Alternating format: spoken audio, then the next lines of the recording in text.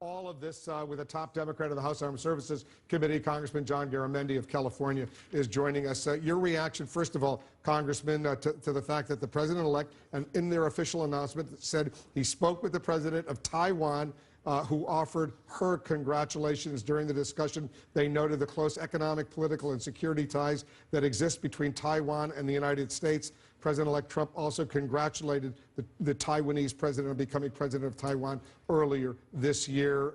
It's a sensitive diplomatic issue. No doubt about it. And whoever's going to be the next Secretary of State is going to be on his horse out in the field trying to clarify where this president-elect is going. Beyond that, let's also understand that on November the 19th, the Trump organization was in Taiwan trying to close a real estate deal. So here we've got not only this issue of international diplomacy going on, but you also have this issue, are there conflicts here?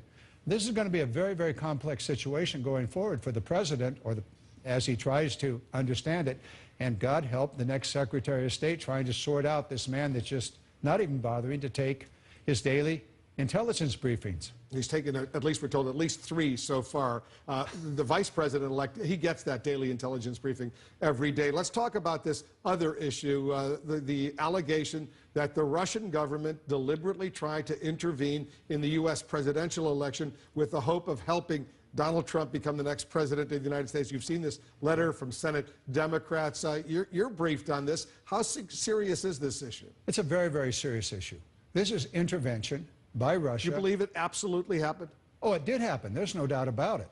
We know that there was a hacking. We know who the... There was a hacking of the Democratic National Committee. All of that has been publicly announced by the U.S. intelligence community. But what exactly is your intelligence as far as what the Russians did as far as the presidential election is concerned? Without going into any of the intelligence, which is still classified, all you need to do is to take a look at what was going on. Did you see anything about the Republican campaigns, any hacks of the Republican National Committee, any hacks of any of the individuals in the Republican? No, it was all hacks of Democrats and then rolled out over time. You don't need to be an intelligence expert to understand what was going on. Connect the dots. Russia did it, no doubt about it. And what was the result? It was you want the president to release all this classified information? Absolutely. Get it out. This is not just about today. This is about the future. This is about, they could just as easily hack Donald Trump's organization. They could just as easily hack his communications. And what does that mean for the President of the United States going forward? We have got to deal with this, and we got to make it very clear to Russia. You do this, there will be a clear retribution. You're going to get hit. With the U.S. cyber attack in retaliation? There are many different ways you can do it. There's sanctions, there's retaliation on the cyber side of it. This has got to stop, because it is dealing with the fundamental democracy of this nation. Congressman, there's more to discuss. There's other developments that are happening right now. Stick around. We'll continue our conversation with Congressman Garamendi right after this.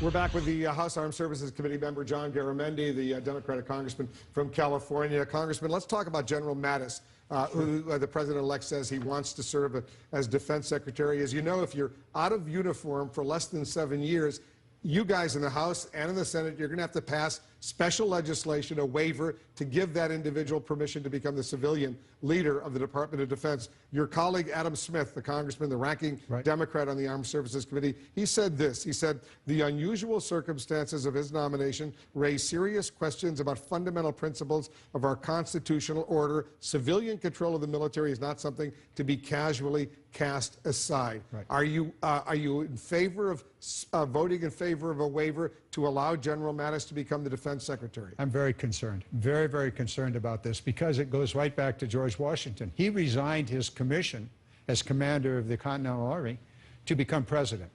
Now, that was one day to the next. General Mattis resigned 3 years ago, too. I understand. But nonetheless, after World War II, the federal government, the Congress, decided they wanted a separation. And that's been in place with one exception, George Marshall in the 50s. It's a very, very important point, because it's not just the Secretary of Defense, it's all the Secretary, Army, Navy, Air Force. All of those secretaries are also, they're also civilian. So there's an important dichotomy here, and we really ought to be very, very careful about this. Which way I'm going to go on this? I'm going to do the hearings. But just up front, I am concerned, and I suspect all of Congress should be concerned. It's not Democrat, Republican. It's about civilian control of the most awesome military machine in the world. Yeah, before he could be confirmed by the United States Senate, the House has nothing to do with that. Both chambers have to pass this legislation of this waiver that would allow him to be considered as the Secretary of Defense. And I assume, you know, we'll see what happens down the road. What about if he does become the Secretary of Defense? Would you have a problem with General Petraeus becoming Secretary of State? Well, we're beginning to stack up the generals here, aren't we? You have a problem with that?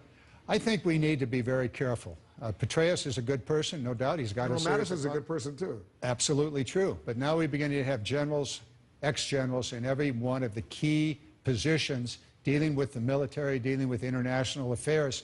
And that begins to take on a heavy tilt to the military. And we can best be careful here about what all of this adds up to when you start looking at the intelligence community, you start looking at the military and the Secretary of State, and where we're going to go on Homeland Defense. All of those things, we need to be careful. Congressman, thanks very much for coming in. Congressman John Garamendi of California, appreciate it.